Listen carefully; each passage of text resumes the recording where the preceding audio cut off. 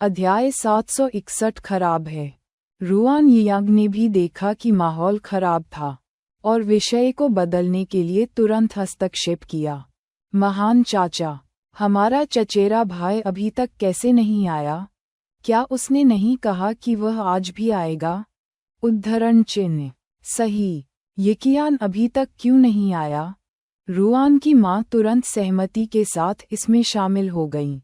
उसे जल्द ही यहाँ आना चाहिए। उसने पहले उल्लेख किया था कि उसे कुछ मामलों में भाग लेना है, इसलिए वह हमसे बाद में हो सकता है। रुआन लिंग्यू स्मार्ट होने के नाते स्वाभाविक रूप से कुछ अनावश्यक मुद्दों पर हेनान के साथ अप्रिय झगड़ा नहीं करना चाहता था। उनके विचार में शेन मियामियान पर संघर्ष करना पूरी तरह से अनावश्यक था, क्योंकि मियामियान का अभी तक उतना प्रभाव नहीं था। देर से आने के लिए क्षमा करें। कंपनी में कुछ काम निपटाने थे। दरवाजे से रुआन यिकियान की आवाज़ आए। काओ काओ की बात हो रही है और काओ काओ आता है। रुआन यियांग मानो जीवन बचाने वाला तिनका पकड़ रहा हो। जानता था कि भाई यिकियान इन स्थितियों को संभालने में सबसे अच्छा था। भाई यिकियान के यहाँ होने पर उन्हें इतना दबाव झेलते हुए बीच में नहीं फंसना पड़ेगा। रुआन के पिता और माँ ने रुआन यिकियान को अंदर आते देखा और दोनों ने मुस्कुराते हुए उसका स्वागत किया।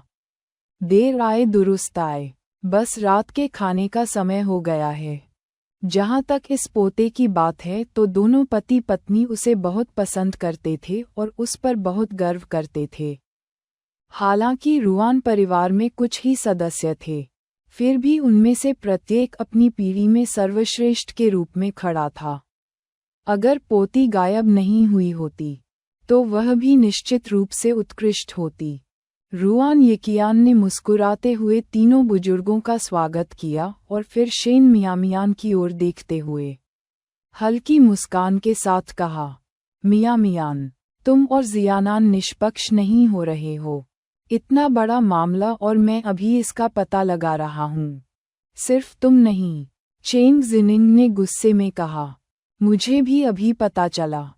अगर उसे पहले पता होता तो वह अपने चचेरे भाई शेन मियामियान को अपनी सौतेली बहन के रूप में स्वीकार नहीं करने देती। इतना क्रोधी क्यों? तुम्हें फिर किसने क्रोधित किया? रुआन यिकियान ने चेंग जिनिंग की ओर देखा। उसके स्वर में असहायता का संकेत था। उसका चचेरा भाई एक गर्म स्वभाव वाले बन की तरह था, जिसे परिवार ने बिगाड़ दिया था। और कौन हो सकता है? चेंग जिनिंग ने शेन मियामियान पर नजर डाली। रुआन यिकियान की मुस्कान थोड़ी फीकी पड़ गई। शिनिंग, मियामियान बीजिंग में नई है और वह आपसे कुछ साल छोटी है। एक बड़ी बहन के रूप में आपको एक उदाहरण स्थापित करना चाहिए। आप भी पक्षपाती हैं। मैं अब आपसे बात नहीं कर रहा हूँ। चेंग जिनिंग ने गुस्से में मुंह फेर लिया और उसके साथ आगे बातचीत करने से इनकार कर दिया। तुम बस खराब हो गए हो, रुआन यिकियान ने असहाय होकर कहा। फिर हेनान की ओर मुड़ा। जियानान, केवल तुम ही उसे संभाल सकते हो इस कमरे में। शायद वह केवल वही सुनेगी जो तुम कहोगे। इन शब्दों पर चेंग जिनिंग का चेहरा तुरंत शर्म से लाल हो गया, जबकि हेनान ने रुआन यिकियान को चुपचाप देखा। उसकी आंखें खतरे से भरी थीं। रुआन यियांग ने चुपचाप एक धूर्त मुस्कान प्रकट की। वह आमतौर पर रुआन यिकियान से डरता था, लेकिन हेनान को ऐसा नहीं लगता था और उन दोनों को भिड़ते हुए देखना वाकई सुखद था। रुआन के पिता ने युवा लोगों को स्कैन किया और फिर खड़े हो गए। चलो पहले रात का खाना खा लें और हम बाद में बातचीत कर सकते हैं। जियानान, यिकियान, आप अक्सर नहीं आते हैं। बाद में मेरे साथ कुछ पेय पीना सुनिश्चित करें। रुआन यिकियान ने कहा, मैं अपनी शराब नहीं संभाल सकता, लेकिन जियानान अपना पेय संभाल सकता है। हेनान ने उस पर तिरछी नजर डाली। व्यवसाय से उस चालाक चतुराई को घर वापस लाना, क्या ये वास्तव में ठीक है? उद्धरण चिन्ह। रुआन यिकियान, उद्धरण चिन्ह ... उद्धरण चिन्ह। बातचीत करते हुए वे लिविंग रूम में पहुंचे, जहां रुआन की मां ने सोच समझकर शेन मियामियान को रुआन यियांग और अपने बीच बैठने के लिए कहा। मियामियान, हम सभी यहाँ परिवार हैं। शर्माओ मत, बस जो कुछ भी तुम खाना चाहते हो उसमें अपनी मदद करो। ठीक है, शेन मियामियान ने मुस्कुराते हुए सिर हिलाया। जब बाकी सभी लोगों ने अपनी अपनी चॉपस्टिक उठा ली और खाना शुरू कर दिया, तभी उसने भी उसका अनुसरण किया और अपने लिए खाना लेना शुरू किया। अध्याय 762 पर दूसरों का ध्यान रसोई में बिखर गया, लेकिन रुआन की मां ने सब कुछ देख लिया। को लगा कि शेन मियामियान के शब्द चेंग जिनिंग द्वारा कहे गए शब्दों से भिन्न थे। ये युवा लड़की, हालांकि बूढ़ी नहीं थी, बड़ी चतुराई से बोलती थी और अच्छे व्यवहार वाली थी, उन असभ्य लड़कियों की तरह नहीं। उसने ऐसा आभास दिया कि वह एक प्रतिष्ठित परिवार की युवा महिला थी, सौम्य और शांत, बहुत आकर्षक। उसने सोचा कि शेन मियामियान के बारे में चेंग जिनिंग के फैसले का शायद हे नान से बहुत लेना देना था, जो बहुत अधिक व्यक्तिगत भावनाओं से भरा हुआ था, जिससे किसी को निष्पक्ष रूप से देखना मुश्किल हो गया था। वह एक समय जवान थी और उन लड़कियों के सोचने के तरीके को समझती थी। चेंग जिनिंग ने शेन मियामियान को एक प्रेम प्रतिद्वंद्वी के रूप में देखा। यही कारण था कि उसे शेन मियामियान के बारे में हर बात अप्रिय लगती थी।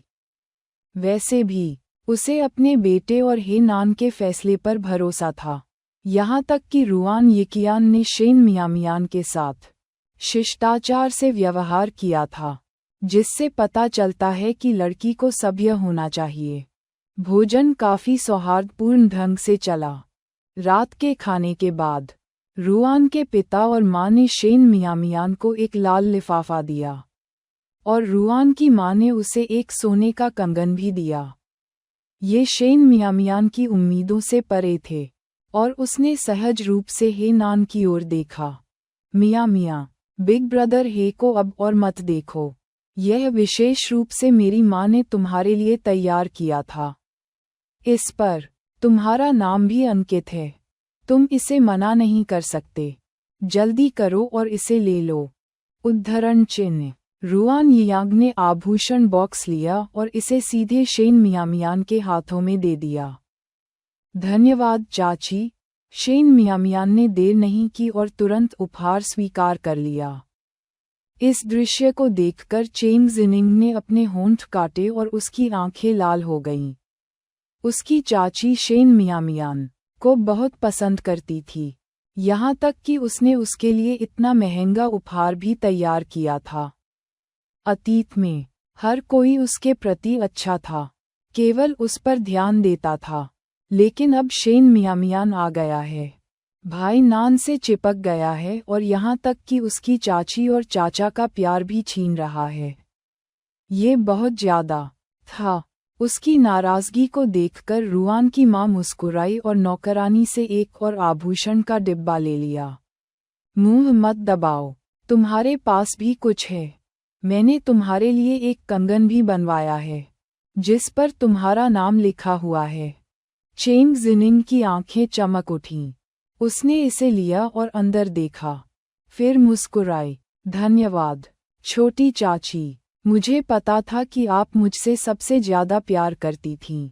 बोलने के बाद उसने विजयी भाव से शेन मियामियान की ओर देखा, ये सोचते हुए कि उसकी चाची उसकी थी और कोई भी उसे दूर नहीं ले जा सकता था। शेन मियामियान उसके मूड से बिल्कुल भी प्रभावित नहीं था। आखिरकार वह चेंग जिनिंग की छोटी चाची थी, भले ही उसने उसे कंगन दिया हो या सोने का पहाड़ भी दिया हो, इसका उससे कोई लेना देना नहीं था। चूंकि आपकी छोटी चाची ने आपके लिए एक कंगन बनाया है, इसलिए मैं आपकी बड़ी चाची के रूप में अपवाद नहीं हो सकती। मैं बाद में आपके लिए एक जोड़ी सोने की बालियां खरीदूंगी, रुआन लिंग्यू ने मुस्कुराते हुए कहा, लेकिन उसने शेन मियामियान का उल्लेख नहीं किया। दरअसल अगर वह चेंग जिनिंग को कुछ खरीदना चाहती थी, तो वह निजी तौर पर ऐसा कह सकती थी। शेन मियामियान के सामने इसे कहने की कोई ज़रूरत नहीं थी। ये स्पष्ट रूप से शेन मियामियान को सुनने के लिए था। सभी ने निहितार्थ को पकड़ लिया। फिर भी किसी ने इसकी ओर संकेत नहीं किया। रुआन की मां ने एक अजीब सी हंसी उड़ाई, ये सोचकर कि उसकी भाभी एक युवा लड़की के साथ प्रतिस्पर्धा क्यों करेगी। देर हो रही है। अंकल रुआन, आंटी, हमें चलना चाहिए। हम किसी और दिन मिलने आएंगे। हेनान ने दीवार पर लगी घड़ी पर नज़र डाली और उन्हें जाने का सुझाव दिया। रुआन येकियान ने व्यापारिक मामले होने का बहाना बनाया और उनके साथ चला गया। परिवार तीनों को दरवाजे तक ले गया। जैसे ही उन्होंने हेनान को शेन मियामियान के साथ जाते देखा, चेंग जिनिंग का चेहरा ईर्ष्या से हरा हो गया। उसे देखो, हमेशा भाईनान से चिपकी रहती है। क्या वह अकेले वापस नहीं जा सकती? क्या उसे भाईनान के साथ जाना चाहिए? उसकी उम्र कितनी है? क्या वह अपना रास्ता खुद नहीं ढूंढ सकती? उद्धरण चिन्ह। रुआन के पिता ने उसकी ओर देखा और कहा, क्या किसी ने रसोई में सिरका गिरा दिया? उद्धरण चिन्ह। आखिर आप किसके चाचा हैं? चेंग जिनिंग ने मौके पर हताशा के साथ उछलते हुए कहा। फादर चेंग ने असहायता से अपना सिर हिलाया। फिर रुआन यियांग को अध्ययन के लिए बुलाया।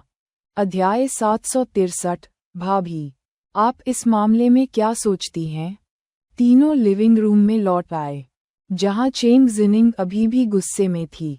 रुआन लिंग्यू ने उसके बालों को छुआ और कहा, ठीक है, अब और गुस्सा मत करो।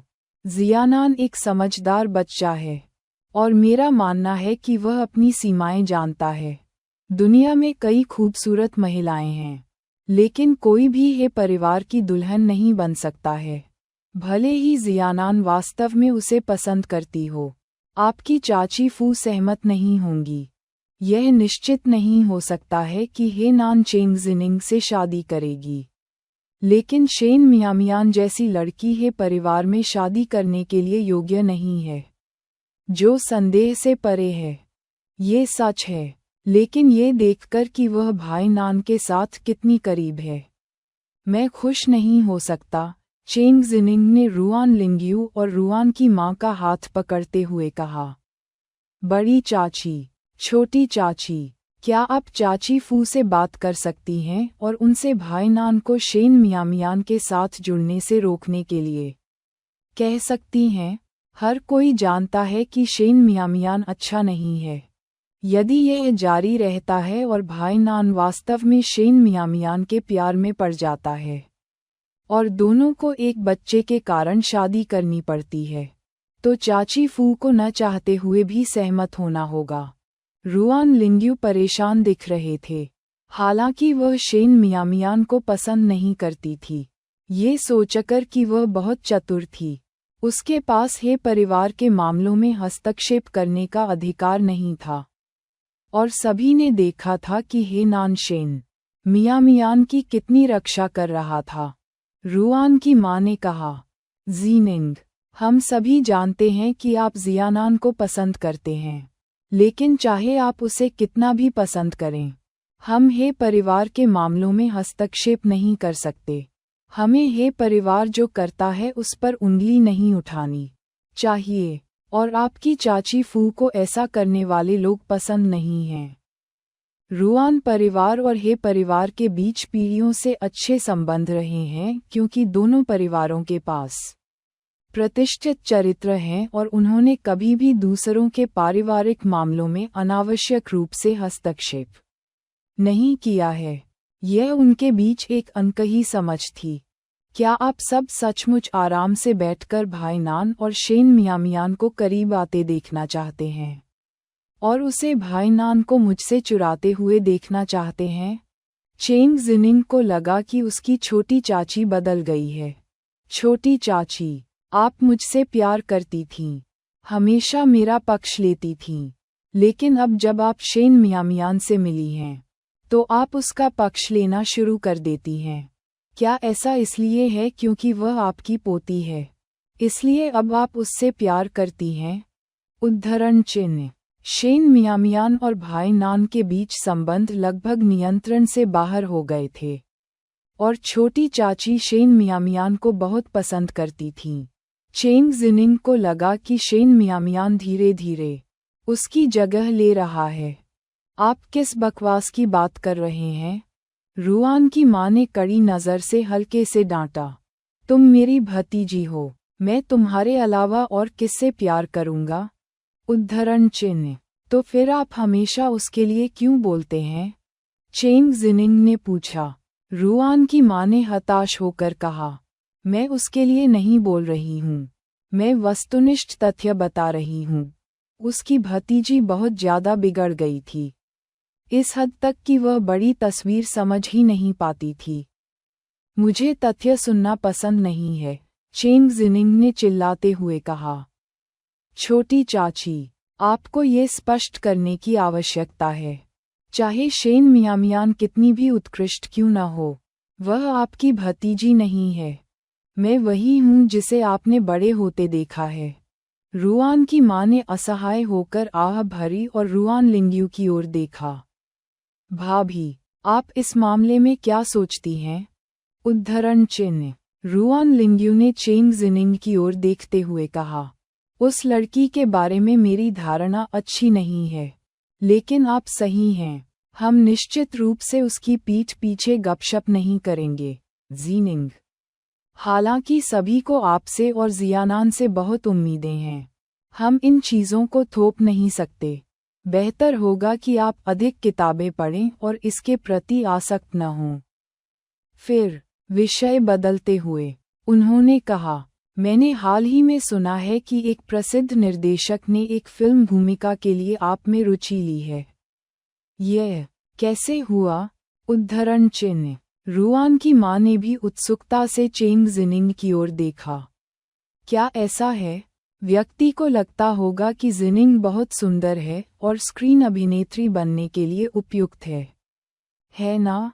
उद्धरण चिन्ह। चेंग जिनिंग ने तिरस्कार के साथ उपहास किया।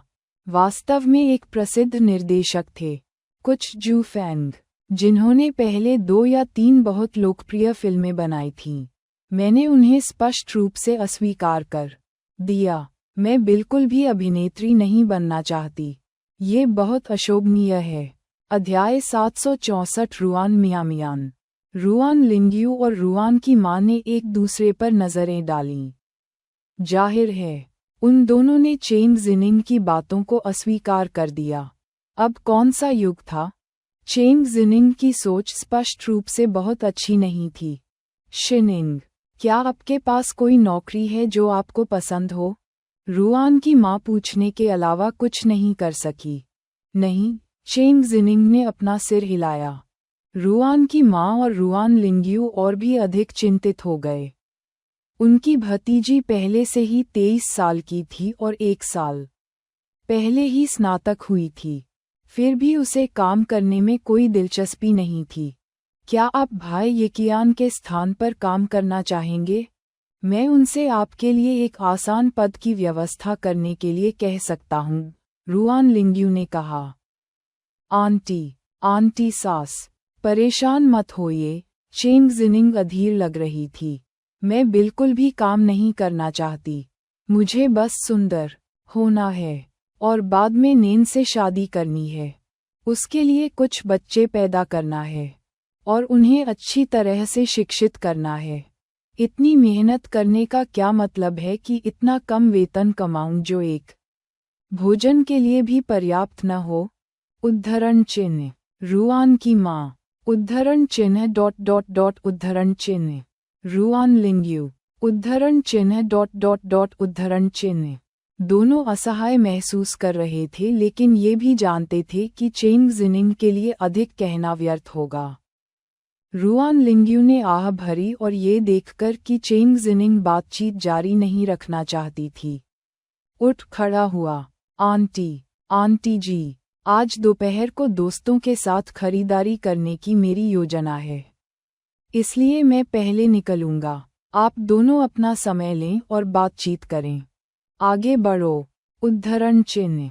रुआन की माँ ने हाथ हिलाया। उसे जाते हुए देखकर रुआन की माँ ने फिर से आह भरी। हमने जिनिंग को बहुत बिगाड़ दिया है। हम क्या करने जा रहे हैं? उद्धरण चिन्ह। रुआन लिंग्यू ने भी आह भरते हुए कहा, ये बच्ची जब छोटी थी तब से उसे कभी कोई कष्ट नहीं हुआ है। और उसकी सोच बहुत सरल है। ये ठीक है अगर वह काम नहीं करना चाहती है। यहाँ हमारे 3 परिवारों के साथ हम उसे पीड़ित नहीं होने देंगे। लेकिन जियानान के लिए उसकी भावनाएं बहुत गहरी हैं। अगर भविष्य में जियानान उससे शादी नहीं करती है तो मुझे डर है कि वह इसे संभाल नहीं पाएगी। रुआन की माँ ने सिर हिलाया। मैं भी इसके बारे में चिंतित हूँ। लेकिन अब हम कुछ नहीं कर सकते। हम इसके बारे में बाद में बात करेंगे। जियानान उसके साथ बड़ा हो गया है। उसे अभी भी उसके लिए कुछ भावनाएं रखनी चाहिए। उम्मीद है। रुआन लिंग्यू का चेहरा गंभीर हो गया जब उसने सोचा कि किस तरह हेनान ने शेन मियामियान की रक्षा की थी। रुआन की माँ ने कुछ और सोचते हुए विषय बदल दिया। भाभी, मैंने सुना है कि मियामियान के बारे में पहले भी खबर थी। लेकिन कोई अनुवर्ती कार्रवाई क्यों नहीं की गई? उद्धरण चिन्ह। अपनी बेटी के बारे में बात करते हुए रुआन लिंग्यू की आंखें लाल हो गईं। हमें पहले पता चला कि मियामियान को कई बार बेचा गया था। लिचेंग में एक परिवार को बेचे जाने के बाद वह परिवार चला गया और जाने से पहले उन्होंने मियामियान को एक अंधे आदमी को बेच दिया। कुछ ही समय बाद अंधा आदमी गलती से गिर गया और उसकी मृत्यु हो गई और मियामियान भी बिना किसी निशान के गायब हो गया। जब भाई येकियान ने कुछ खबर सुनी तो वह लिचेंग गया, लेकिन खाली हाथ वापस आ गया। अपनी बेटी के बारे में सोचकर रुआन लिंग्यू का दिल ऐसे दुखने लगा मानो उसे चाकू से काटा जा रहा हो। जब से उनकी बेटी खोई थी तब से उनके पति के साथ उनके रिश्ते अच्छे नहीं थे। वे शायद ही कभी एक साथ दिखाई देते थे और वह अपने बच्चे की अच्छी देखभाल न करने के लिए अपने पति से नाराज थी। हालांकि वह जानती थी कि उसका पति भी वर्षों से खुद को दोषी ठहरा रहा था और अपनी बेटी की तलाश कर रहा था। लेकिन ये तथ्य कि उसकी बेटी को उसके पति ने खो दिया था, उसके दिल में एक कांटे की तरह चुभ गया था। भाभी, अपना ख्याल रखना। चूंकि मियामियान के लिचेंग में होने की खबर है, यह अच्छी बात है। कम से कम हमारे पास एक दिशा है। रुआन की माँ ने मियामियान के बारे में खबर सुनकर खुशी से कहा। उनकी भतीजी हमेशा से बहुत स्मार्ट और प्यारी थी, जल्दी बोलने वाली थी। 7 या 8 महीने की उम्र में वह माँ कह सकती थी और 1 साल से अधिक की उम्र में वह आंटी कह सकती थी। उस समय वह अक्सर अपने बेटे और मियामियान को एक साथ बाहर ले जाती थी। जिस दिन मियामियान लापता हुई, उसने अपने घर पर दोपहर का भोजन किया। कौन सोच सकता था कि सिर्फ एक दोपहर में बच्चा चला जाएगा, और इतने सालों के लिए। उम्मीद है। उद्धरण चिन्ह। रुआन लिंग्यू ने आह भरी। उसके दिल में फिर से खटास की लहर महसूस हुई। उसने सोचा कि क्या वह अपने जीवन काल में कभी अपनी बेटी को देख पाएगी। अध्याय 765 ध्यानपूर्वक अवलोकन करना। रुआन परिवार को छोड़कर शेन मियामियान ने राहत की लंबी सांस ली। हे नान ने उसकी ओर देखने के लिए अपना सिर घुमाया। उसकी आंखें मनोरंजन से चमक रही थीं। घबराहट महसूस हो रही है? उद्धरण चिन्ह। बहुत ज्यादा। शेन मियामियान ने सिर हिलाया। भाई येकियान की माँ मुझे ज्यादा पसंद नहीं करती। मिस चेंग भी मुझे पसंद नहीं करती। लेकिन भाई यियांग का परिवार बहुत मिलनसार है। जब वे तीनों रसोई में पहुंचे तो ये स्पष्ट था कि रुआन लिंग्यू और चेंग जिनिंग ने माँ रुआन से बात की होगी। लेकिन जब वह बाहर आए तब भी वह उसके प्रति बहुत उत्साहित थी, जिससे शेन मियामियान को सांत्वना मिली और आखिरकार उसे समझ में आया कि बड़े भाई ने उसे क्यों सुझाव दिया था कि वह रुआन यिकियान के बजाय रुआन यियांग को अपने मानद भाई के रूप में स्वीकार करे। माँ रुआन और पिता रुआन का साथ मिलना आसान था। हे नान ने धीरे से हंसते हुए कहा, आपने बहुत ध्यान से देखा है। बड़े भाई, क्या आपने मुझसे रुआन यियांग को मेरे मानद भाई के रूप में स्वीकार करने के लिए कहा क्योंकि उनका परिवार अधिक मिलनसार है? हालांकि उसने उतना ही अनुमान लगाया था। शेन मियामियान पूछने के अलावा कुछ नहीं कर सका। हे नान ने सिर हिलाया। ये सिर्फ इतना ही नहीं है।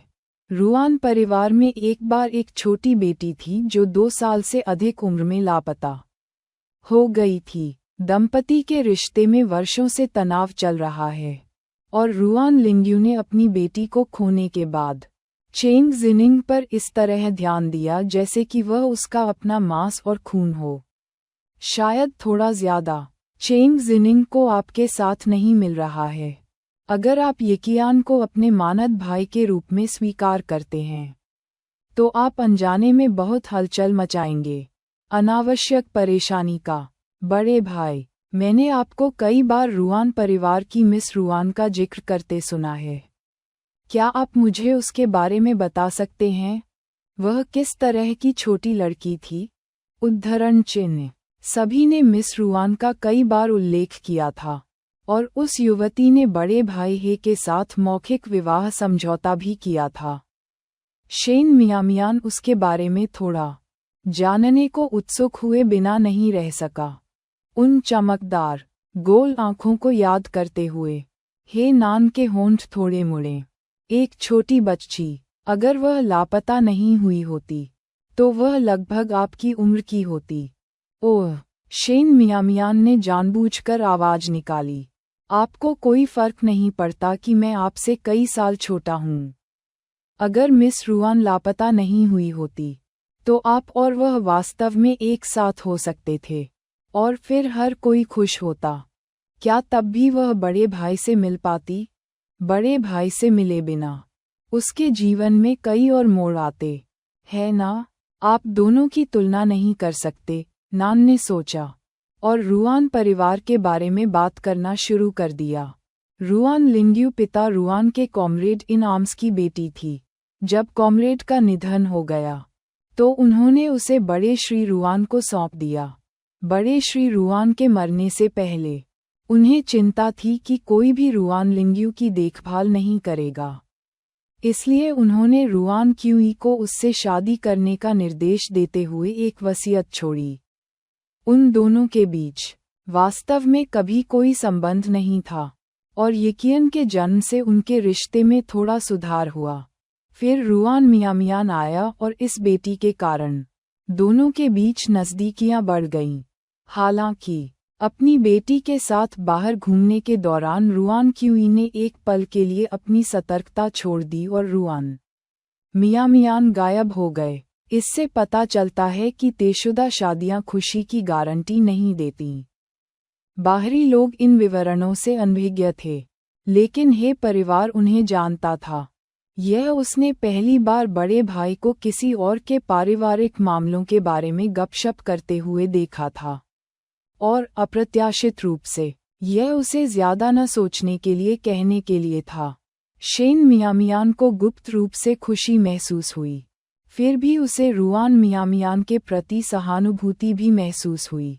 बाल तस्करी के सामान्य पैटर्न के बाद इन वर्षों में मिस रुआन का जीवन कठिन रहा होगा। हे नान की आंखें थोड़ी सिकुड़ गईं। आखिरी परिवार जिसने उसे गोद लिया था वह एक अंधा व्यक्ति था जो उसे जंगली सब्जियां ढूंढने के लिए पहाड़ पर ले गया था। वह दुर्घटनावश गिर गया और उसकी मौत हो गई और वह अगले दिन ही मिला। तब से रुआन मियामियान की कोई खबर नहीं मिली है। उस समय जीवन कठिन था। कुछ जंगली सब्जियों के लिए रुआन मियामियान को पहाड़ पर ले जाने के क्रम में अंधे व्यक्ति की दुखद जान चली गई। अध्याय 766 प्रतिद्वंद्वियों की बैठक। पहाड़ विशाल था और उन वर्षों में कुछ लोगों ने पहाड़ पर बाघों को घूमते और असंख्य जंगली सूअरों को देखने की भी सूचना दी थी।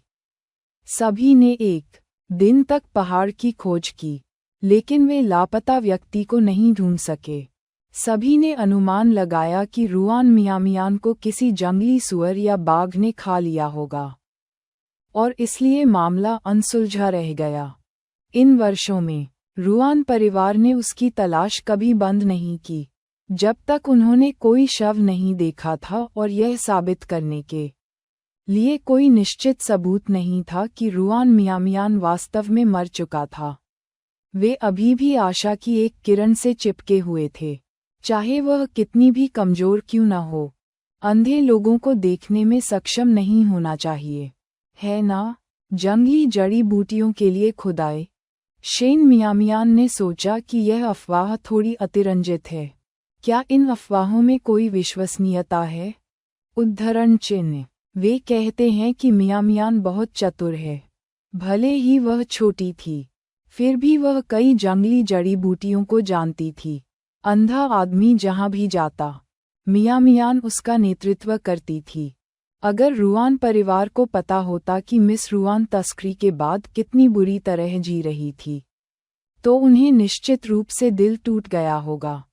शेन मियामियान को पता नहीं क्यों, लेकिन भले ही वह रुआन मियामियान को नहीं जानती थी, उसके नाम का उल्लेख उसे अजीब तरह से परिचित लगा, और उसे सहानुभूति की भावना भी महसूस हुई।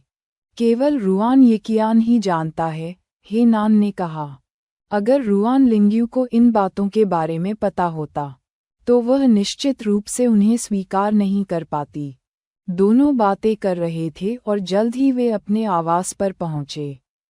आंगन में प्रवेश करने पर उन्होंने देखा कि लू सियुआन और यांग जियाओक्सी आंगन में पत्थर की मेज के सामने बैठे हुए ताज़ा खुला तरबूज खा रहे थे। दोनों को वापस लौटते देख यांग जियाओक्सी ने खुशी से उनका स्वागत किया। जल्दी होना सही समय जितना अच्छा नहीं है। आओ। सियुआन ने एक तरबूज खरीदा, और हमने अभी इसे काटा है।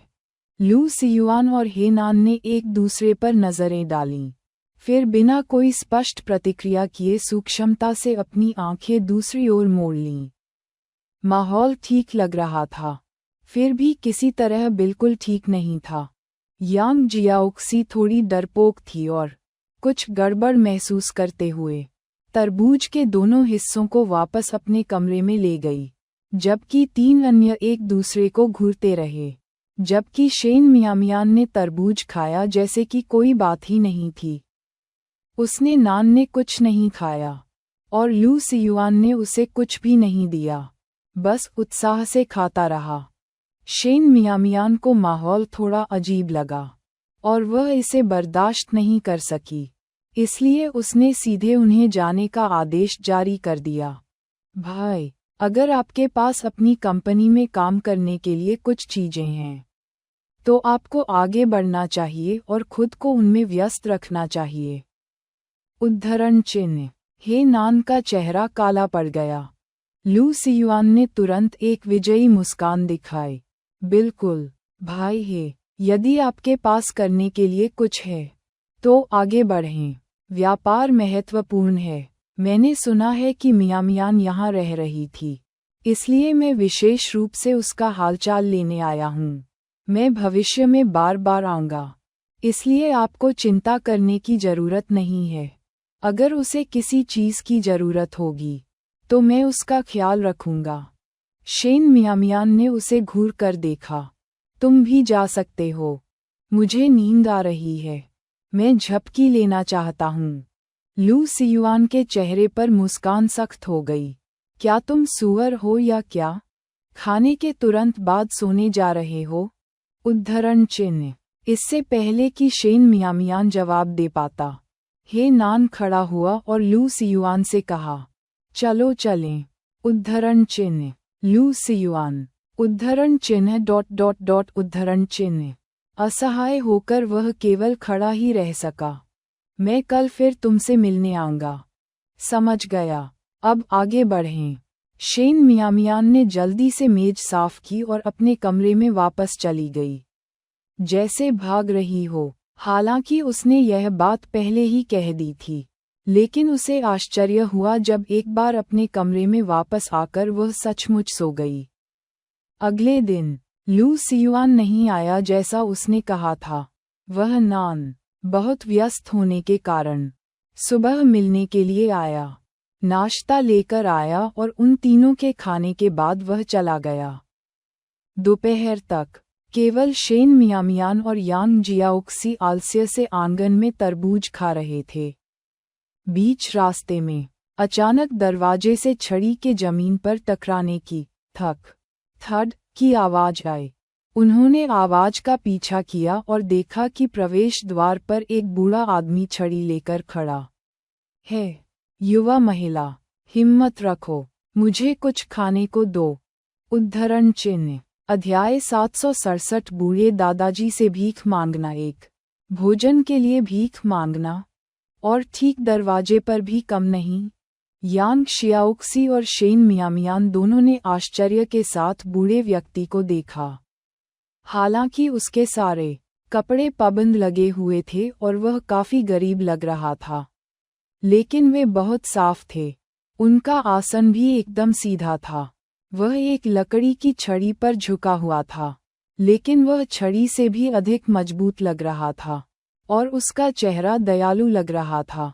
बूढ़े दादाजी, हमने अभी तक चावल नहीं पकाया है। अगर आप पहले कुछ तरबूज खा लें तो कैसा रहेगा? ये तरबूज बहुत मीठा है। यांग शियाओक्सी एक दयालु लड़की थी। फटे कपड़े पहने और दयनीय दिख रहे बूढ़े व्यक्ति को देखकर उसने तुरंत उसे तरबूज खाने के लिए आमंत्रित किया। बूढ़ा आदमी तुरंत अंदर नहीं आया, लेकिन उसने शेन मियामियान की ओर देखा, जैसे कि उसे डर हो कि शेन मियामियान उसे अंदर नहीं जाने देगा। उसके इरादे को देखकर शेन मियामियान मुस्कुराया और कहा, बूढ़े दादाजी, कृपया अंदर आएं। उद्धरण चिन्ह। ठीक है, धन्यवाद, आप दोनों बहुत दयालु लोग हैं। बूढ़ा व्यक्ति अपनी लकड़ी की छड़ी की सहायता से धीरे धीरे अंदर चला गया और शेन मियामियान ने उसे एक पत्थर की बेंच पर बैठने में मदद की। बूढ़े व्यक्ति ने तरबूज का एक टुकड़ा खाया और लगातार सिर हिलाया। ये वास्तव में मीठा है। अभी भी तरबूज के 2 टुकड़े बचे थे। उसने थोड़ा सा भी छोड़े बिना सब कुछ खा लिया, यहाँ तक कि तरबूज के छिलके भी कुतरकर साफ कर दिए। यांग शियाओक्सी ने सोचा कि बूढ़ा आदमी वास्तव में भूखा रहा होगा, अन्यथा वह तरबूज के छिलके भी नहीं खाता। बूढ़े दादाजी, हमारे घर में अभी भी तरबूज है। अगर आपको ये पसंद है तो मैं उसे भी काट सकती हूँ, उसने कहा। कोई ज़रूरत नहीं, कोई ज़रूरत नहीं, बूढ़े आदमी ने जल्दी से अपना हाथ लहराया। मैं बहुत बूढ़ा हूँ, बहुत अधिक तरबूज खाना मेरे लिए अच्छा नहीं है। मैंने कल रात से कुछ नहीं खाया है।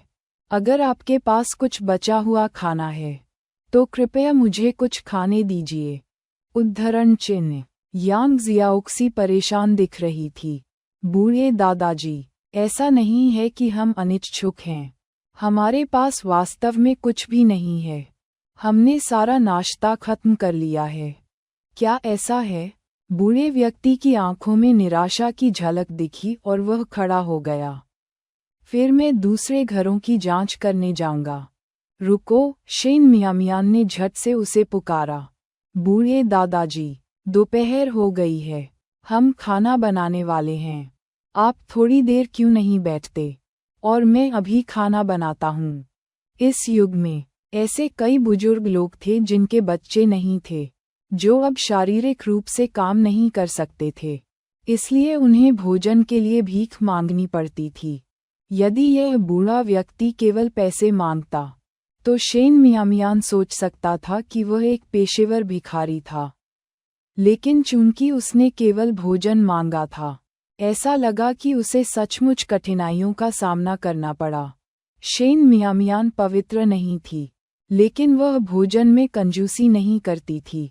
इसके अलावा बूढ़ा आदमी दयालु और परोपकारी लग रहा था, किसी बुरे बूढ़े आदमी जैसा नहीं था।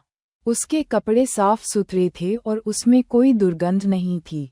जिससे पता चलता है कि वह एक उच्च कोटि का व्यक्ति था। एक व्यक्ति जो कठिन समय में आया था, लेकिन फिर भी खुद को साफ रखता था। उसे स्वभाव से आलसी व्यक्ति नहीं होना चाहिए।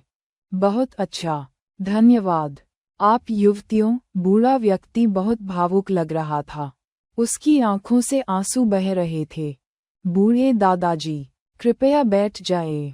हमें धन्यवाद देने की कोई आवश्यकता नहीं है। मियामियान हमेशा बहुत दयालु रहा है। यांग शियाओक्सी ने जल्दी से उसे बैठने में मदद करते हुए कहा। जियाओक्सी, तुम यहाँ रहो और बूढ़े दादाजी के साथ बातें करो। मैं खाना बनाने जाऊंगा, शेन मियामियान ने बिना किसी देरी के कहा। कुएं पर हाथ धोने के बाद वह रसोई में चली गई। उस युवती का नाम मियामियान है? बूढ़े व्यक्ति ने रसोई की ओर इशारा करते हुए यांग जियाओक्सी के साथ बातचीत शुरू करते हुए पूछा। हाँ, शियाओक्सी ने सिर हिलाया। वह मेरी तरह बातूनी नहीं है, लेकिन उसका दिल उतना ही दयालु है। देखिए, जैसे ही उसने सुना कि आपने खाना नहीं खाया है, वह तुरंत खाना बनाने चली गई। बूढ़े दादाजी, आप नहीं जानते, मियामियान का खाना बनाना वाकई बहुत स्वादिष्ट है। मेरा खाना बनाना भी उसके जितना अच्छा नहीं है। आप वास्तव में भाग्यशाली हैं कि आप हमारे घर आए। बूढ़े दादा, उद्धरण चिन्ह ... उद्धरण चिन्ह। वह इस हद तक गिर गया था कि उसे भोजन के लिए भीख मांगनी पड़ी और उसने इसे भाग्य कहा। लड़की का सिर ज्यादा चमकीला नहीं होना चाहिए। अध्याय 768। बूढ़े दादाजी से भीख मांगना 2। बुजुर्ग व्यक्ति भावुक हो गया। जब तक मेरे पास खाने के लिए कुछ है, तब तक यही चलता रहेगा। मैं इस बात को लेकर संकोच नहीं करता कि यह स्वादिष्ट है या नहीं। दादाजी, क्या आपका कोई परिवार नहीं है? यांग जियाओक्सी ने जिज्ञासा करना शुरू कर दिया। आपको भोजन के लिए भीख क्यों मांगनी पड़ती है? आपकी उम्र में घर पर आपकी देखभाल की जानी चाहिए। बूढ़े ने गहरी आह भरी। यांग जियाओक्सी को लगा कि सुनने के लिए एक कहानी है और उसने तुरंत अपने कान खड़े कर लिए।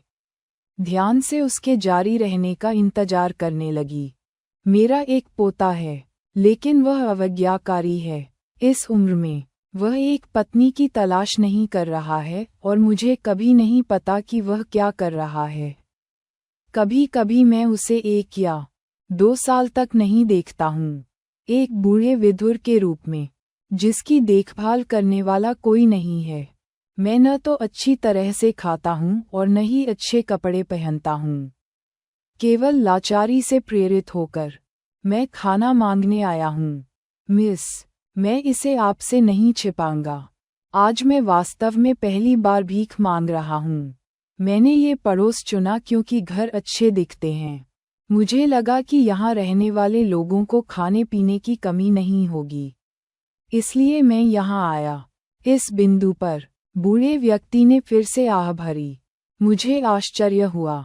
चारों ओर जाने के बाद लोग या तो बंद दरवाजों के पीछे थे या उन्होंने मुझे नज़रअंदाज कर दिया। यह मेरा पहली बार भीख मांगने का मौका है और मैं काफ़ी शर्मीला हूँ। यदि आपने मुझे तरबूज के लिए नहीं बुलाया होता, तो मैं पहले ही दूसरे घर में चला गया होता। उन्होंने इतनी सच्ची भावना के साथ बात की कि यांग जियाओक्सी सहानुभूति से अभिभूत हो गईं।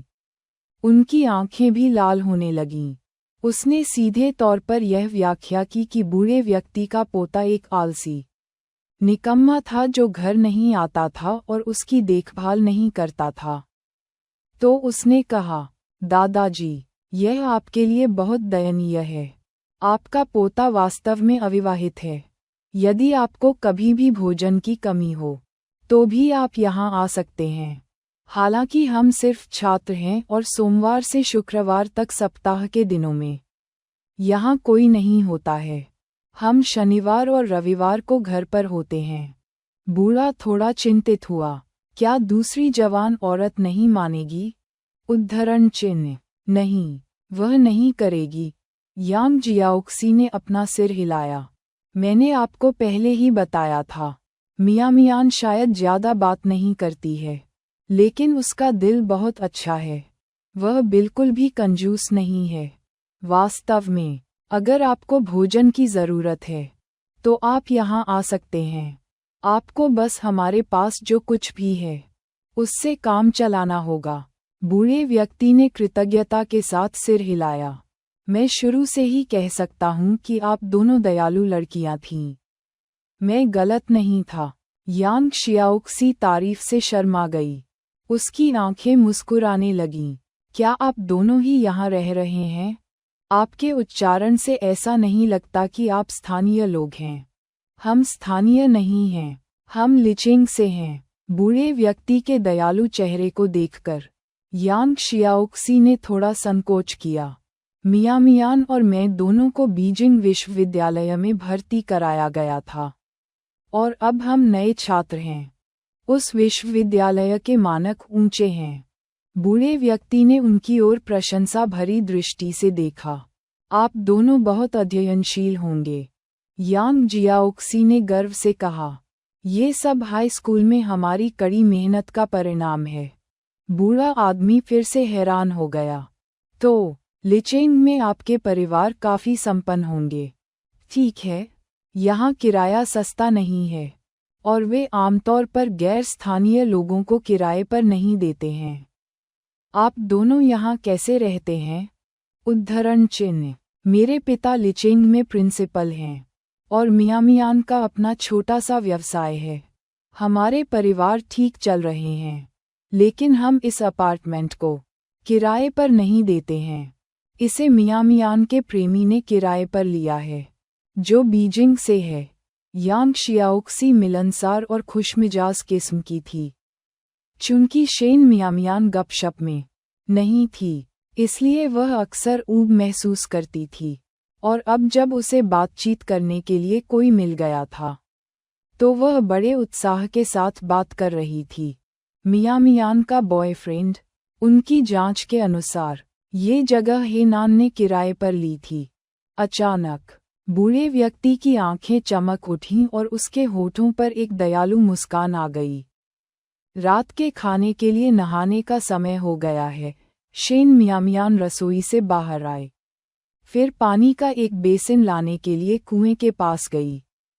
अध्याय 769 बूढ़े दादाजी से भीख मांगना 3। दादाजी, आप सच में भूखे होंगे। हो, अपने हाथ धो लें और बैठ जाएं। मैं खाना लेने जा रहा हूँ। यांग शियाओक्सी खुशी से रसोई में भाग गई। शेन मियाँ मियान ने अपने हाथ धोने से पानी निकाला, फिर मेज को साफ किया। यांग शियाओक्सी ने हाथ से खींचे गए नूडल्स के 3 कटोरे और व्यंजनों की 3 प्लेटें निकालीं। एक में उबले हुए कीमा, एक में तले हुए अंडे, और एक में स्कैलियन और टोफू। बूढ़े व्यक्ति ने 3 व्यंजनों को देखकर संतोषपूर्वक सिर हिलाया। जब वे शेन मियाँ मियान पर टिके तो उसकी आंखें और भी प्रसन्न हो गईं। ये व्यंजन स्पष्ट रूप से एक बुजुर्ग व्यक्ति के लिए उपयुक्त थे।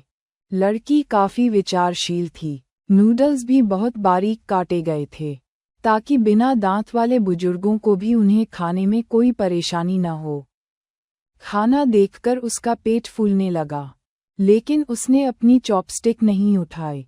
इसके बजाय वह परेशान दिख रहा था और बोला, युवा महिला, मैं पहली बार भोजन के लिए भीख मांग रहा हूँ, इसलिए मुझे कोई अनुभव नहीं है, और मैं अपना कटोरा या चॉपस्टिक नहीं लाया हूँ। मैं जानता हूँ कि आजकल की युवा महिलाएं स्वच्छता पसंद करती हैं, और आप मुझे खाने के लिए भोजन देने से भी बुरा नहीं मानती हैं। मैं पहले से ही बहुत संतुष्ट हूँ। हो सकता है कि आप मेरे लिए एक चिपका हुआ कटोरा ढूंढ सकें, और फिर मैं खाने के लिए पेड़ के नीचे बैठ जाऊंगा। यांग जियाओक्सी ने सहज रूप से शेन मियाँ मियान की ओर देखा। उसे बिल्कुल भी आपत्ति नहीं हुई। बूढ़ा आदमी बहुत साफ सुथरा दिखता था, कोई आवारा नहीं। सिर्फ घर में खाना नहीं खाता था। उसका एक पोता था जो उसकी देखभाल नहीं करता था, लेकिन उसे मियाँ मियान का सम्मान करने की जरूरत थी। अगर मियामियान को कोई आपत्ति हो तो क्या होगा? शेन मियामियान ने धीरे से हंसते हुए कहा, दादाजी, बस यहाँ बैठें और इस कटोरे और चॉपस्टिक का उपयोग करके हमारे साथ खाएं। हम भी ग्रामीण इलाकों से हैं और जानते हैं कि जब हम बच्चे थे तो गरीब होना कैसा होता है। हम इतने विशिष्ट नहीं हैं। बूढ़े व्यक्ति की आंखों में सराहना की झलक चमक उठी और शेन मियामियान के लिए उसकी प्रशंसा बढ़ गई। अगर ऐसा मामला है तो मैं पीछे नहीं हटूंगा। समारोह में खड़े मत रहो, कृपया खाओ। ये देखकर कि शेन मियामियान सहमत हो गया, यांग शियाओक्सी ने तुरंत बूढ़े व्यक्ति को खाने के लिए आमंत्रित किया। बूढ़े व्यक्ति को अच्छी भूख थी और वह नूडल्स के 3 बड़े कटोरे और काफी मात्रा में व्यंजन खाने में कामयाब रहा।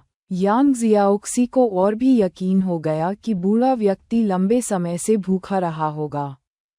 खाने के बाद बूढ़े व्यक्ति को लगा कि वह सिर्फ मुफ्त में खा पी नहीं सकता और उसने बर्तन धोने में मदद करने पर जोर दिया, लेकिन शेन मियामियान और यांग जियाओक्सी ने उसे रोक दिया, ये देखकर कि वे उसे बर्तन नहीं धोने देंगे और अब तृप्त और संतुष्ट होकर बूढ़ा आदमी जाने के लिए तैयार था। शेन मियामियान ने उसे पुकारा, दादाजी, एक क्षण रुकें। युवा महिला, मेरे पास भोजन के लिए पैसे नहीं हैं। बूढ़े व्यक्ति को लगा कि शेन मियामियान उससे पैसे मांगने वाला है और उसकी अभिव्यक्ति कुछ घबराई हुई थी। शेन मियामियान हल्के से मुस्कुराए, दादाजी, चिंता न करें, मैं आपसे पैसे नहीं मांग रहा हूँ। इतना कहकर वह मुड़ी और रसोई में चली गई। थोड़ी देर में वह एक छोटा बैग लेकर बाहर आए जिसमें एक छोटा तरबूज और 2 स्कैलियन पैनकेक थे। दादाजी, मैंने अभी ये पैनकेक बनाए हैं, आप इन्हें रात के खाने के लिए रख सकते हैं। मैंने देखा कि आपको तरबूज बहुत पसंद है, लेकिन मुझे डर था कि आप बड़ा पैनकेक नहीं ले जा सकते, इसलिए मैंने आपको छोटा पैनकेक दिया जिसे ले जाना आसान होगा। ये तरबूज लू सियुआन द्वारा कल लाए गए थे। जब वह अकेली होती थी तो उसे चम्मच से खरबूजा निकालकर खाना पसंद था और ऐसा लगता था कि लू सियुआन को याद आ गया था, इसलिए उसने 3 छोटे और 3 बड़े खरबूजे खरीदे। युवा महिला, धन्यवाद, आप एक दयालु और अच्छी लड़की हैं। काश मेरी भी आप जैसी पोती होती। बूढ़े व्यक्ति ने उसे बहुत धन्यवाद दिया, बहुत प्रभावित हुआ ये देखकर कि वह मिलनसार था और बातचीत करना पसंद करता था। शेन मियामियान ने अपनी जिज्ञासा व्यक्त की, दादाजी, आप अच्छे स्वास्थ्य में लग रहे हैं। क्या आपने बचपन में सेना में सेवा की थी? उद्धरण चिन्ह। बूढ़े आदमी की आंखें चमक उठीं। युवा महिला, तुम्हारी नज़र बहुत तेज है।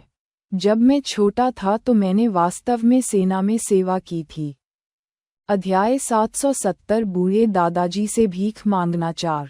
उसने सही अनुमान लगाया था। शेन मियामियान थोड़ा हैरान था। बूढ़े दादाजी, क्या आपको अब पेंशन नहीं मिलनी चाहिए? ऐसा कैसे?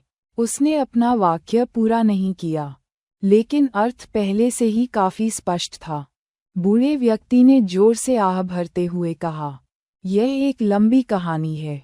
ये सब मेरे निकम्मे पोते की वजह से है। ये सुनकर शेन मियामियान को इसका सार काफी हद तक समझ में आ गया कि पोता ठीक नहीं हुआ होगा और उसने अपनी सारी पेंशन खर्च कर दी होगी। इस तरह की बात किसी भी युग में दुर्लभ नहीं थी। बूढ़े आदमी के बारे में उसका संदेह भी दूर हो गया। बूढ़े दादाजी, हम कल भी घर पर रहेंगे। आप हमारे साथ दोपहर के भोजन के लिए आ सकते हैं। यहाँ सिर्फ मैं और जियाओक्सी हैं। एक और व्यक्ति कोई फर्क नहीं पड़ेगा। यदि आप चाहें तो आप हर शनिवार और रविवार को भोजन के लिए आ सकते हैं।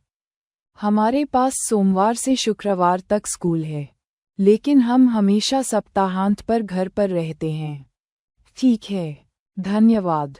युवा महिला, अपना आभार व्यक्त करने के बाद बूढ़ा व्यक्ति चेतावनी देने से खुद को नहीं रोक सका।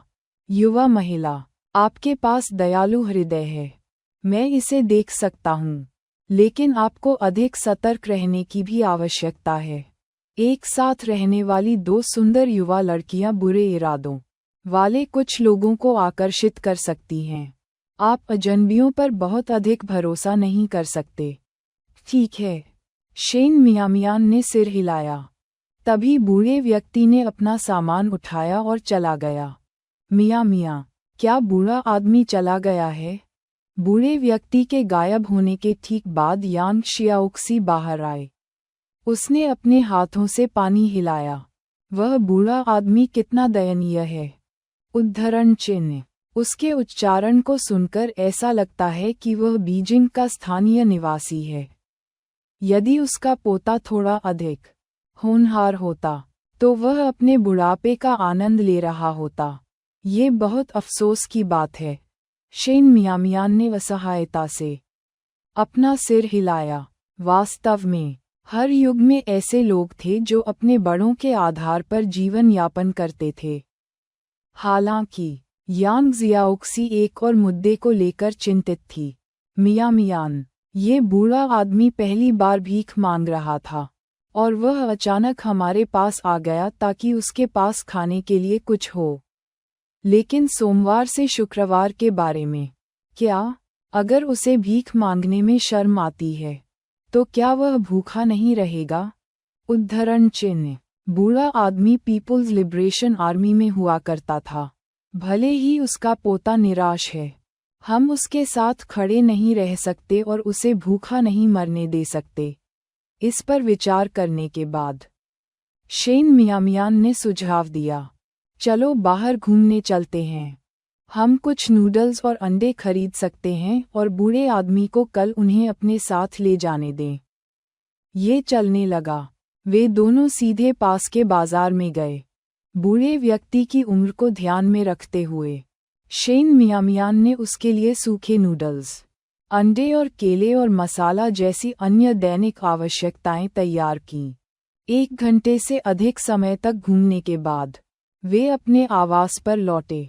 दरवाजा खोला और देखा कि हे नान पत्थर की मेज के पास बैठा है। गुलदाउदी चाय पी रहा है जिसे शेन मियामियान ने जाने से पहले तैयार किया था।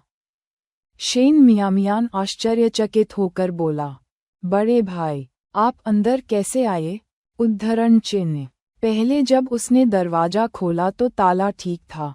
मैंने दीवार पर एक सज्जन व्यक्ति की तरह चित्र बनाया है, हे नान ने हल्के से कहा। यांग शियाओक्सी चकित रह गया। बड़े भाई, क्या आप छतों पर छलांग लगा सकते हैं और दीवारों पर तिजोरी बना सकते हैं? उद्धरण चिन्ह। वह नान, मुश्किल से। फिर मैं तुम्हारे लिए एक चाबी छोड़ दूंगा। शियाओक्सी और मैं हर दिन एक साथ आते जाते हैं। हम दोनों के बीच बस एक चाबी ही काफ़ी है। शेन मियामियान ने हे नान को अपनी चाबी देने का इरादा रखते हुए प्रस्ताव रखा। कोई ज़रूरत नहीं, हे नान ने अपना सिर हिलाया। यांग जियाओक्सी ने अपने साथ ले जा रही चीज़ों को पत्थर की मेज पर रख दिया और फिर थके होने की शिकायत करते हुए घर की ओर चल दी। शेन मियामियान को पता था कि वह उन दोनों को कुछ गोपनीयता देने की कोशिश कर रही थी और उसे उजागर नहीं कर रही थी। वह नान खड़ा हुआ और शेन मियामियान के हाथों से चीजें लेकर रसोई में रख दी। बड़ी मात्रा में नूडल्स देखकर उसने भौहें उठाईं। इतने सारे नूडल्स खरीद रहे हैं? उद्धरण चिन्ह। वे किसी के लिए हैं। वे दोनों पत्थर की मेज पर बैठ गए। हे नान ने उसे 1 कप गुलदाउदी चाय पिलाई और उसे पीने के बाद उसने जारी रखा। आज हम एक बूढ़े भिखारी से मिले जो काफी दयनीय व्यक्ति था, इसलिए शियाओक्सी और मैंने उसके लिए कुछ चीजें खरीदी जिसे वह ले जाएगा और कल खाएगा। अध्याय 771। मुझे लगा कि तुम खो गए हो। हे नान ने भौहें चढ़ाईं। कैसा बूढ़ा आदमी? उद्धरण चिन्ह। ये ग्रामीण इलाका नहीं है और कोई भी भोजन मांगने के लिए दरवाजे पर नहीं आता है। यहाँ ये बताने की जरूरत नहीं है कि बीजिंग की सड़कों पर भी भिखारी ढूंढना मुश्किल है। कुछ तो गड़बड़ है। संभवतः 60 या 70 के दशक में उनके आधे बाल सफ़ेद हो गए हैं। बीजिंग लहजा, दयालु आंखें और दयालु नज़र, लेकिन उनकी मुद्रा विशेष रूप से सीधी है। वह एक सैनिक हुआ करते थे। उनका पोता बहुत होनहार नहीं है, घर नहीं आता है और यहाँ तक कि अपनी पेंशन भी खर्च कर चुका है।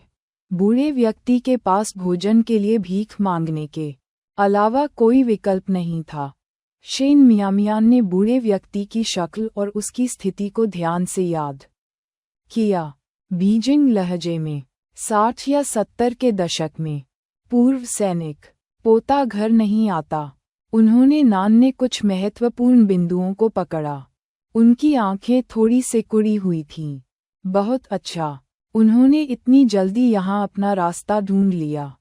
उसके हाव भाव को खराब होते देख शेन मियामियान का दिल तेजी से धड़कने लगा। बड़े भाई, क्या आपको लगता है कि इस व्यक्ति के साथ कुछ गड़बड़ है? उद्धरण चिन्ह। बिग ब्रदर, अपने व्यापक अनुभव के साथ, अगर उन्हें लगता है कि कोई समस्या है, तो इसका मतलब है कि यह बूढ़ा व्यक्ति वास्तव में सरल नहीं है। दरअसल, उसे भी ये अजीब लगा। बीजिंग में अधिकांश लोग अच्छी स्थिति में हैं, और बूढ़े व्यक्ति को भोजन का खर्च उठाने में असमर्थ नहीं होना चाहिए। अगर सचमुच ऐसी नौबत आए तो पड़ोसी भी मदद करेंगे।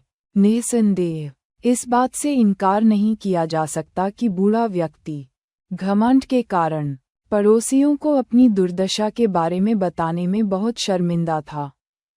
आखिरकार, पड़ोसी चाहे कितने भी अच्छे क्यों न हों, 1 या 2 बार मदद करना संभव है, लेकिन देखभाल के समान दीर्घकालिक समर्थन निश्चित रूप से संभव नहीं है। बेशक, अगर इस आदमी के बारे में कुछ भी गलत नहीं होता, सिर्फ इस तथ्य के लिए कि वह एक बार एक सैनिक था, तो शेन मियामियान कुछ खाने में कंजूस नहीं होता। आखिरकार, उसके आरामदायक जीवन के पीछे उनका खून से किया गया बलिदान था। नहीं, हे नान ने अपना सिर हिलाया और उदासीनता से कहा, चूंकि तुमने इसे खरीदा है, अगर वह दोबारा आए तो उसे दे दो। एक बूढ़ा आदमी, जिसे अपने ही पोते ने नज़रअंदाज कर दिया, यहाँ पूरे रास्ते भीख मांग रहा है। यह उसके लिए आसान नहीं है। उनके मुंह से निकले इन शब्दों का कुछ गहरा निहितार्थ था। शेन मियामियान ने राहत की सांस ली। यह अच्छा है, मुझे डर था कि वह कोई बुरा आदमी हो सकता है। हे नान ने उसके बाल उधेड़ दिए।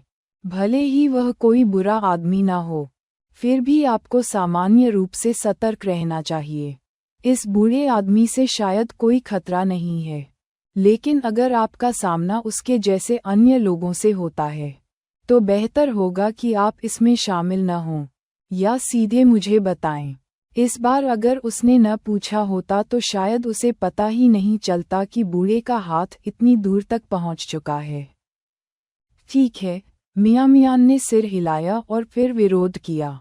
बड़े भाई, आप हमेशा मेरे बालों को उधेड़ना क्यों पसंद करते हैं?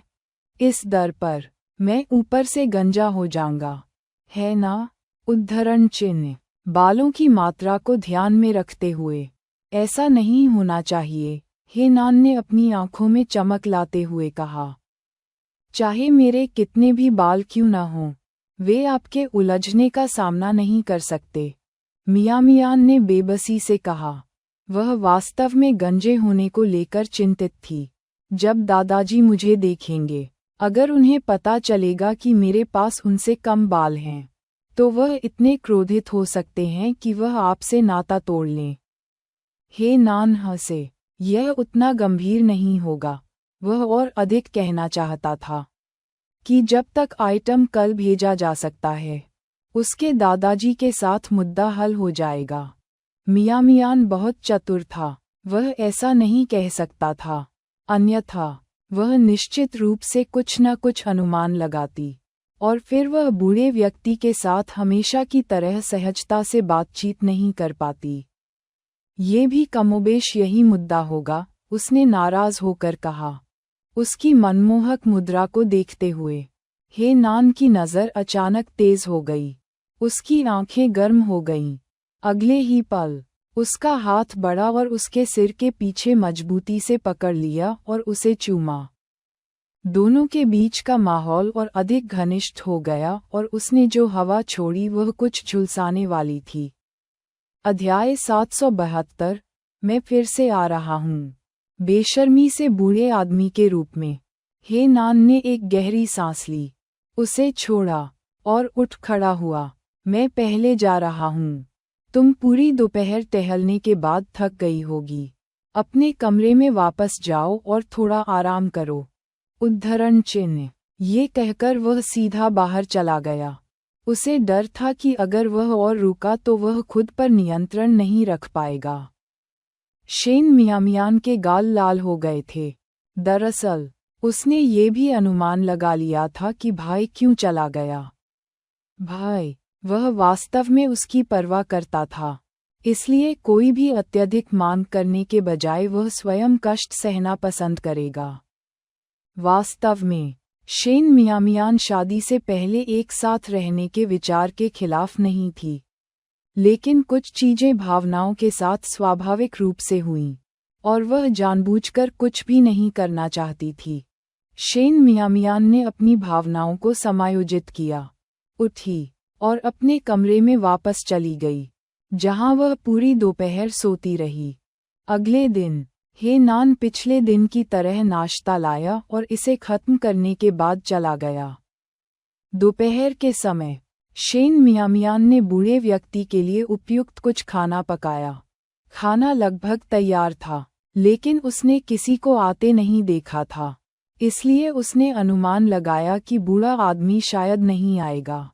हालांकि खाना पकाने के बाद उसने फिर भी 3 जोड़ी चॉपस्टिक रखी और विशेष रूप से थोड़ी देर इंतजार किया, यह अनुमान लगाते हुए कि बूढ़े व्यक्ति का घर यहाँ से काफी दूर होगा और यहाँ पहुँचने में शायद कुछ समय लगेगा। यांग जियाओक्सी का पेट भूख से बिलबिला उठा। मियाँ मियाँ, वह बूढ़ा आदमी शायद नहीं आएगा, है ना? उद्धरण चिन्ह। शेन मियामियान ने अपना सिर हिलाया। मुझे नहीं पता, चलो थोड़ा और इंतजार करें। अगर वह नहीं आता है तो हम उसके लिए भोजन का एक हिस्सा छोड़ देंगे। हमने इतना पकाया है, हम इसे किसी भी तरह खत्म नहीं कर सकते हैं, और अगर वह आता है और खाना चाहता है तो यह वहीं रहेगा। दरवाजे के बाहर बूढ़ा आदमी यह सुनकर मुस्कुराए बिना नहीं रह सका। ये युवा लड़की सचमुच बहुत दयालु थी। जियाओक्सी ने अपना सिर हिलाया। वहां बैठे बैठे ऊब महसूस कर रही थी। उसे अचानक एक विचार आया। बूढ़ा आदमी अपना रास्ता भूल गया होगा। उसे याद नहीं है कि हम कहाँ रहते हैं। क्या मैं देखने के लिए चौराहे पर जाऊं? उद्धरण चिन्ह। बोलते बोलते वह उठ खड़ी हुई। तभी दरवाजे पर थम्प थम्प की आवाज आई और जब उन्होंने बूढ़े आदमी को प्रवेश द्वार पर खड़ा देखा तो उनकी दोनों आंखें चमक उठीं। युवा लड़की, ये बूढ़ा आदमी बेशर्मी से एक और बार यहाँ आ रहा है। बूढ़े आदमी, कृपया अंदर आओ, शेन मियामियान ने उसकी मदद करते हुए मुस्कुराते हुए कहा। हमने पहले ही खाना बना लिया है, बस आपका इंतजार कर रहे हैं। यांग जियाओक्सी ने भी चिल्लाकर कहा। मुझे लगा कि तुम खो गए हो। बूढ़े ने हंसते हुए कहा। मैं घर पर बहुत देर तक झिझकता रहा, सोचता रहा कि आऊं या नहीं। फिर भूख से मेरा पेट बड़बड़ाने लगा और मैं आने से खुद को नहीं रोक सका। बूढ़े आदमी, आपको यहाँ किसी भी चीज के बारे में चिंता करने की जरूरत नहीं है। बस खाओ और घर जैसा महसूस करो। मैंने बचपन से अपने दादाजी को कभी नहीं देखा है, और मैं आपके बहुत करीब महसूस करता हूँ। आप बस मुझे अपनी पोती की तरह मान सकते हैं। शेन मियामियान ने उसे मुस्कुराते हुए चॉपस्टिक की एक जोड़ी सौंपते हुए कहा। ये सुनकर बूढ़ा और भी प्रसन्न हुआ। उनका भोजन हंसी मजाक से भरा था, और उनके समाप्त होने के बाद बूढ़ा व्यक्ति अधिक समय तक नहीं रुका। वह जाने का इरादा करके उठ खड़ा हुआ। शेन मियामियान ने उसे देने के लिए घर से तैयार चीजें निकालीं और उसे वापस भेजने पर जोर दिया क्योंकि उसे डर था कि उन्हें ले जाना उसके लिए असुविधाजनक होगा। बूढ़े व्यक्ति ने जोर देकर कहा कि उसे भेजने की कोई आवश्यकता नहीं है। वह स्वयं सामान ले जा सकता था। हालांकि शेन मियामियान को लगा कि एक युवा व्यक्ति के रूप में उसे भी चीजें भारी लगती थीं। उसकी उम्र के बूढ़े व्यक्ति की तो बात ही छोड़ दें। कोई विकल्प न होने के कारण बूढ़ा व्यक्ति उसकी जिद को टाल नहीं सका और उसे सहमत होना पड़ा। वह उन्हें बीजिंग के एक कम विकसित हिस्से में ले गया, यह महसूस करते हुए कि वह अब और ऐसा नहीं कर सकता। उसने एक बहाना ढूंढ लिया। युवा लड़की, मेरे पोते को मेरे बारे में नहीं पता होना चाहिए कि मैं भोजन के लिए भीख मांग रहा हूँ। अन्यथा वह निश्चित रूप से इस बूढ़े व्यक्ति पर फिर से क्रोधित हो जाएगा। आपकी मदद के लिए आप दोनों को बहुत बहुत धन्यवाद, और यदि आप मुझे यहाँ छोड़ देते हैं तो ये ठीक है। अध्याय 773 अलविदा दादाजी। बूढ़े व्यक्ति को ये कहते हुए सुनकर शेन मियामियान और यांग जियाओक्सी ने उसे आगे ले जाने पर जोर देना अनुचित समझा। इसलिए वे केवल उसे चीजें सौंप सकते थे और उसे याद दिलाया, दादाजी, कृपया धीरे धीरे चलें। यदि आप थके हुए हैं तो आराम करें और अपने स्वास्थ्य पर ध्यान दें। आप अगले सप्ताह हमारे स्थान पर आ सकते हैं। ठीक है, धन्यवाद युवतियों। बूढ़े ने बार बार सिर हिलाया। अलविदा दादाजी, यांग शियाओक्सी ने विदाई में हाथ हिलाते हुए कहा। बूढ़े व्यक्ति ने दोनों को जाते हुए देखा। उनके जाने के कुछ ही समय बाद लगभग 50 वर्षीय एक व्यक्ति गली से बाहर आया। बूढ़े आदमी, तुम उन्हें यहाँ क्यों लाए हो? उद्धरण चिन्ह। वह कोई और नहीं बल्कि हे परिवार का बूढ़ा जू था। वह पूरे रास्ते उनका पीछा कर रहा था, खोजे जाने के बारे में चिंतित था और बहुत करीब से पीछा करने की हिम्मत नहीं कर रहा था। हे फैमिली के मुखिया कई बार हंसे और जमीन पर पड़ी चीजों की ओर इशारा करते हुए कहा। ये दो युवा लड़कियां चिंतित थीं कि मैं भूखा रह जाऊंगा, इसलिए उन्होंने मेरे लिए इतना खाना तैयार किया। वे भी चिंतित थे कि मैं ये सब नहीं ले जा सकता और उन्होंने मुझे यहाँ लाने पर जोर दिया। मेरे पास उन्हें इस तरह ले जाने के अलावा कोई विकल्प नहीं था। अगर मैं कोई बहाना नहीं बनाता तो मुझे नहीं पता होता कि स्थिति को कैसे खत्म किया जाए। जमीन पर पड़ी चीजों को देखकर बूढ़ी जू भी हंसने लगी। जियानान की नज़र अच्छी है। जिस लड़की को वह पसंद करता है वह दयालु है। केवल इस कारण से उसका चरित्र खराब नहीं है। यदि उसके परिवार की खराब परिस्थितियां नहीं होतीं, तो वह जियानान के लिए काफी उपयुक्त होती। पारिवारिक परिस्थितियां ही सब कुछ नहीं दर्शाती हैं। ये लड़की भविष्य में सफल हो सकती है। ये संभव है कि वह जियानान के लिए उपयुक्त हो। हे फैमिली के मुखिया ने अंदर और बाहर शेन मियामियान के साथ अपनी संतुष्टि का संकेत दिया। उन्होंने ओल्जू को शेन मियामियान की पृष्ठभूमि की पूरी तरह से जांच करने का निर्देश दिया था। बच्ची का जीवन कठिन था, बचपन से ही दयनीय थी। उसके पालक माता पिता ने उसके साथ दुर्व्यवहार किया। फिर उसकी मुलाकात जियानान से हुई और उसका जीवन बेहतर होने लगा, यहाँ तक कि वह अपने लिए एक घर खरीदने में भी कामयाब रही। हालांकि वह घर बहुत शुभ नहीं था। एक किशोरी लड़की के लिए अपने दम पर घर खरीदना किसी के बस की बात नहीं थी। सब्जी की दुकान से होने वाली आय को देखते हुए लड़की को जियानान की वित्तीय सहायता की आवश्यकता नहीं थी। यदि वह गलत नहीं था तो पूरी संभावना है कि वह जियोनान ही था जिसने वित्तीय मदद की पेशकश पर जोर दिया था। वास्तव में अप्रत्याशित जियानान ने आखिरकार रोशनी देख ली थी और वह ये भी जानता था कि पहल कैसे करनी है। वास्तव में है परिवार का एक बच्चा। पहले वह सोचता था कि जब रोमांटिक भावनाओं की बात आती है तो जियानान थोड़ा मंद था, लेकिन ऐसा लगता था कि जियानान की मुलाकात सही व्यक्ति से नहीं हुई थी। बूढ़े गुरु, एक चिंता का समाधान होने के बाद अब आप निश्चिंत हो सकते हैं। बूढ़े मालिक को शेन मियामियान से इतना खुश और बहुत संतुष्ट देखकर बूढ़ा जू मुस्कुराए बिना नहीं रह सका। आराम से किस बारे में? हे फैमिली के मुखिया की अभिव्यक्ति अचानक बदल गई। उन्होंने सख्ती से कहा, वह लड़का उस लड़की के साथ रिश्ते में है और उसे घर नहीं लाया है।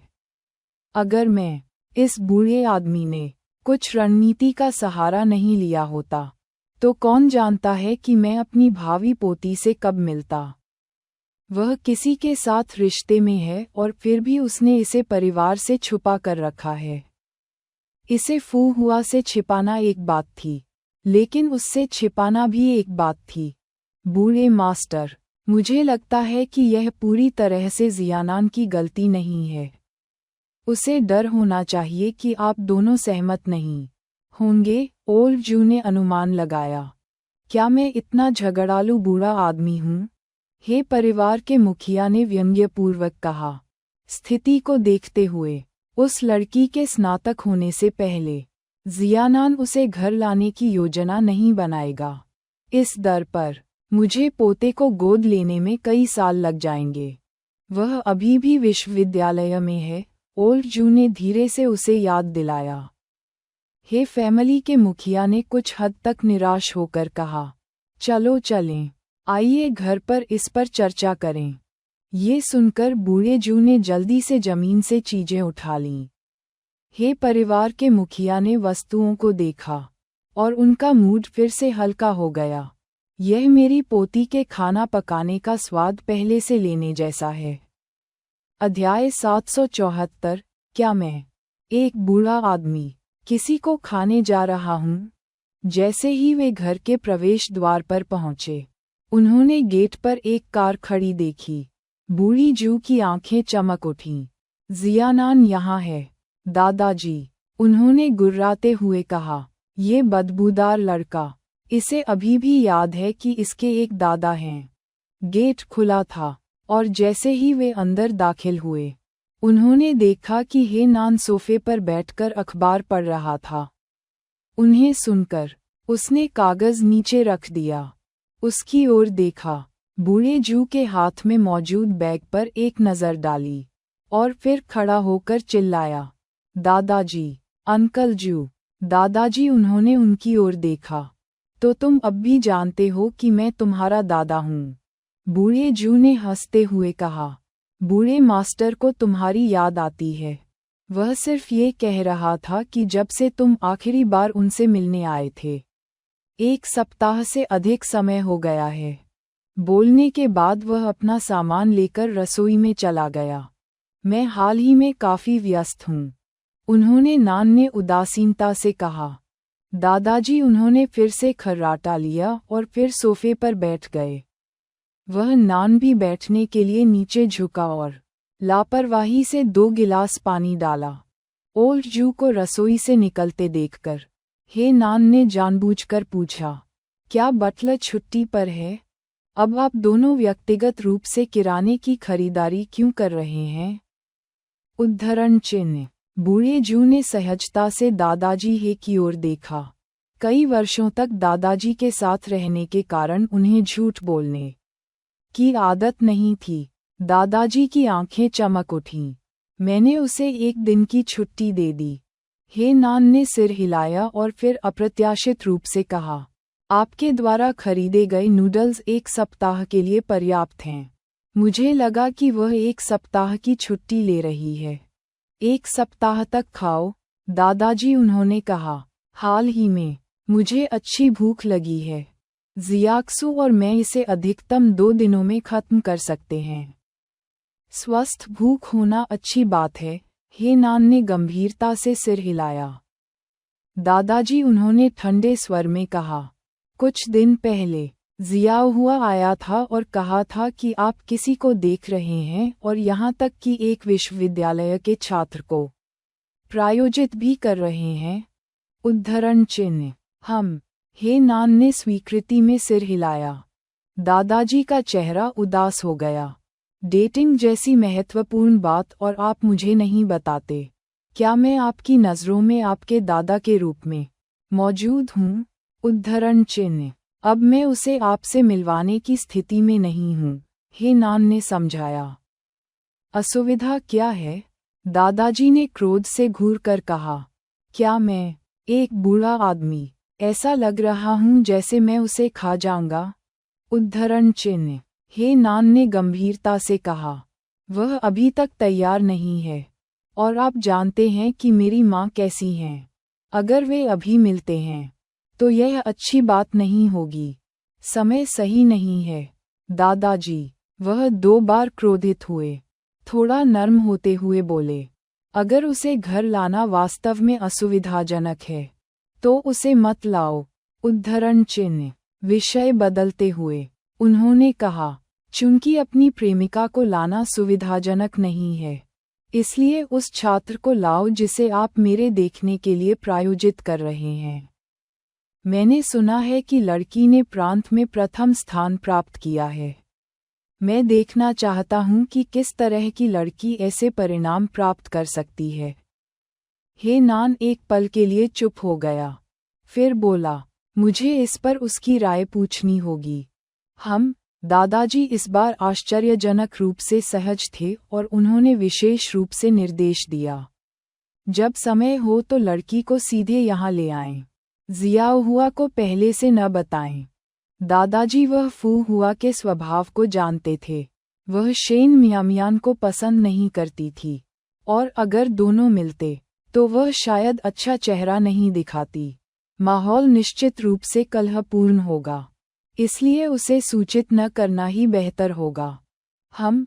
उन्होंने नान को भी कोई आपत्ति नहीं दी। थोड़ी देर बैठने के बाद उन्होंने दादाजी के साथ शतरंज का खेल खेलने का सुझाव दिया, एक ऐसा शगल जो बूढ़े व्यक्ति को विशेष रूप से पसंद था।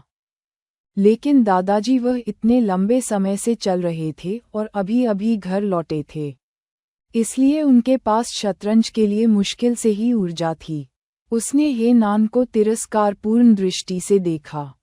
कार्यालय नहीं जा रहा हूँ और इसके बजाय यहाँ शतरंज खेल रहा हूँ। क्या कंपनी का कारोबार बंद हो गया है? उद्धरण चिन्ह। हे नान ने हंसते हुए कहा, चूंकि हम शतरंज नहीं खेल रहे हैं तो मैं अब जा रहा हूँ। मैं किसी और दिन आपसे मिलने आऊंगा। अध्याय 775। एक संकरी सड़क पर दुश्मन। एक बूढ़े मास्टर ने अपना हाथ लहराया। उसका तिरस्कार स्पष्ट था। बूढ़ा मास्टर वह सचमुच थका हुआ था। हे नान को विदा करने के बाद वह आराम करने के लिए अपने कमरे में लौट आया। बूढ़ा जू भी दिन भर की गतिविधियों से थक गया था। जैसे ही बटलर ली हे फैमिली निवास पर वापस पहुंचे, ओल्ड जू भी चला गया। हे नान ने शेन मियामियान को ओल्ड मास्टर के घर पर रात्रिभोज का उल्लेख नहीं किया था। वह बूढ़े व्यक्ति के स्वभाव को अच्छी तरह जानता था। यदि मियामियान नहीं आया तो ओल्ड मास्टर निश्चित रूप से अक्सर आते रहेंगे। बेहतर होगा कि उन्हें अधिक बातचीत करने दिया जाए, ताकि भविष्य में मियामियान को पुराने मास्टर के करीब महसूस हो और उसे अजनबी जैसा महसूस न हो। समय बीतता गया और अक्टूबर के अंत तक मौसम ठंडा होने लगा। मियामियान को ओल्ड मास्टर को जानने में 1 महीने से अधिक समय हो गया था और वे एक दूसरे से परिचित हो गए थे। हर सप्ताह बूढ़ा मास्टर भोजन के लिए आता था। पहले के विपरीत खाने के बाद वह तुरंत नहीं निकलता था।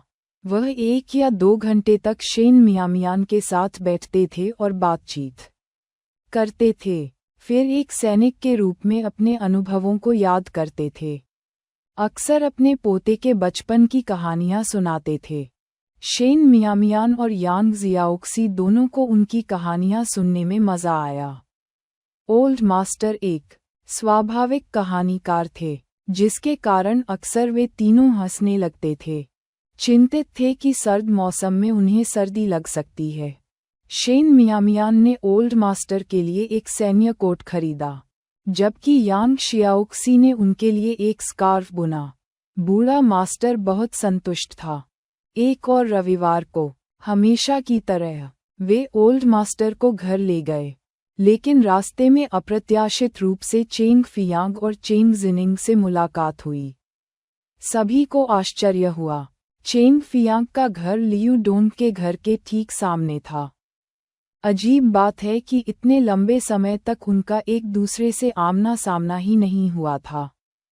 उन्हें देखते ही बूढ़े मास्टर ने तुरंत अपने सिर के चारों ओर दुपट्टा लपेट लिया, जिससे केवल उसकी आंखें खुली रहीं।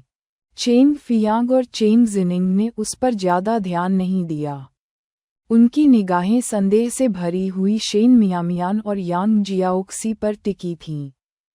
शेन मियामियान, यांग जियाओक्सी, तुम यहाँ क्या कर रहे हो? चेंग फियांग की आंखें व्यवहारिक रूप से बाहर निकली हुई थीं। यह ऐसी जगह नहीं थी जहाँ कोई भी रह सकता था।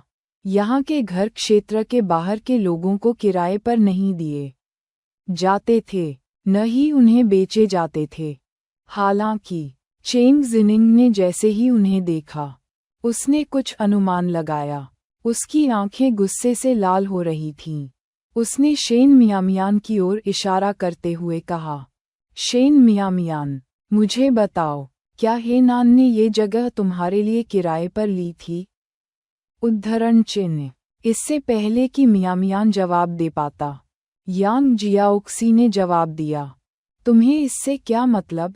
उद्धरण चिन्ह। याओक्सियाओक्सी ने अपने आखिरी मुकाबले के बाद से चेंग जिनिंग को नापसंद किया था, खासकर चेंग फियांग द्वारा जानबूझकर विवाद भड़काने के बाद। अब चेंग जिनिंग के चतुर व्यवहार को देखकर जियाओक्सी ने उसे और भी कम पसंद किया।